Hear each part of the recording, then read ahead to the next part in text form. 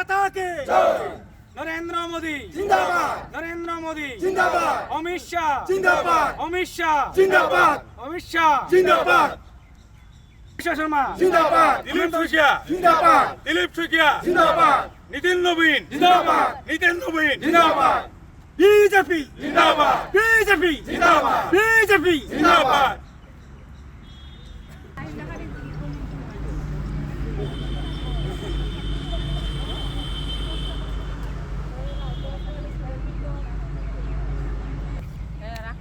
না ভূপেন ৰায়কটো ৱেলকাম।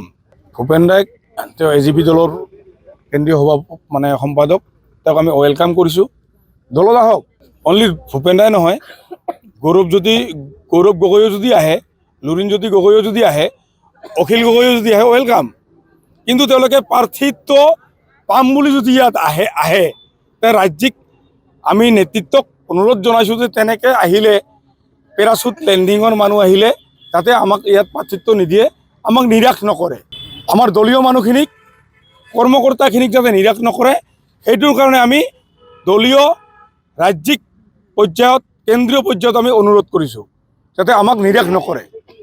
আৰু সেই বস্তুটো হ'লে আমাৰ কিন্তু গোটেই কৰ্মী গোটেই কাৰ্যকৰ্তাৰ এটা বিক্ষোভ হ'ব, আৰু সেই বিক্ষোভটো তেওঁলোকে সহ্য কৰিব পৰাটো আমি নাজানো আৰু কি হ'ব কি নহয়, সেইটো পিছৰ পৰ্যায়ে আহিব। এইটো 100% নাথাকিব বুলিতো আমাৰতো গোটেইখিনি ৰাইজে কৈ আছে নাথাকিব। তেখেতক প্ৰাৰ্থিত্ব প্ৰদান কৰিলে আপোনালোকৰ নিৰ্বাচনত ভূমিকা কি হ'ব? আমাৰ ভূমিকাটো পৰৱৰ্তী আমি আলোচনা কৰিম।